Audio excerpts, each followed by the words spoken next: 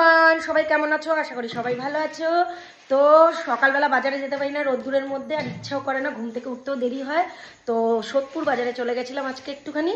তো কি কি বাজার করেছি চলো তোমাদের সাথে শেয়ার করি। কি কি মাছ এনেছি বাবা। প্রথমেই লোট্টে মাছ, মা ঢালছে সব এগুলো। এই দেখো, এটা জ্যান্ত কাতলা, ঠিক আছে। আর এটা কি দেখি, এটা পমফ্লেট। আর একটাও আছে, দাঁড়াও, আর একটা আছে এই যে এখানে। এখানে এটা কি মাছ, দাঁড়াও দেখাচ্ছি। কি মাছ বলো তো? এটা হচ্ছে গলদা চিংড়ি।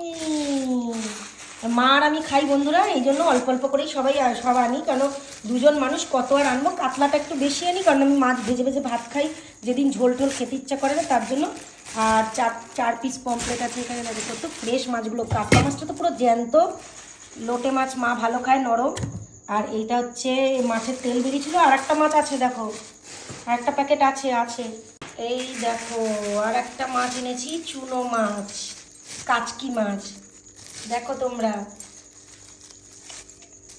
তো আমার এই বাজারগুলো কেমন লাগলো তোমরা কিন্তু অবশ্যই কমেন্টে জানাবে। আর কারা চুনো মাছ খেতে, দেখো কি ফ্রেশ মাছটা। ওই সোদপুর বাজারটা অনেক বড়, তো ওখানে রাতে ফ্রেশ। এটাও কিন্তু জ্যান্ত চিংড়ি, সব জ্যান্ত এই যে। আর পমফ্লেটটাও খুব স্বাদ হবে, দারুণ মাছ, ওরা খুব ভালো মাছ দেয়, আমি চেনা জানা।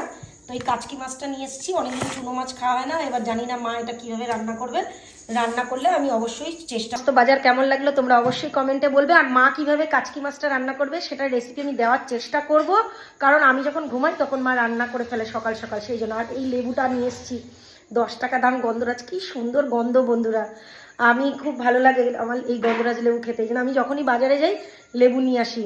তো কেমন লাগলো ভিডিওটা তোমরা অবশ্যই কমেন্টে জানিও। সামান্য কিছু বাজার তোমাদের সাথে শেয়ার করে খুব মজা লাগে। তো চলো টাটা, আবার অন্য কোনো ভিডিও নিয়ে আসবো। আর কেমন লাগলো অবশ্যই কমেন্টে জানাবে। তোমরা কোন কোন মাছ খেতে বেশি ভালোবাসো, এর মধ্যে থেকে কোন মাছটা তোমাদের সব থেকে বেশি প্রিয় সেটা অবশ্যই তোমরা কমেন্টে জানাবে। এখনের মতো টাটা।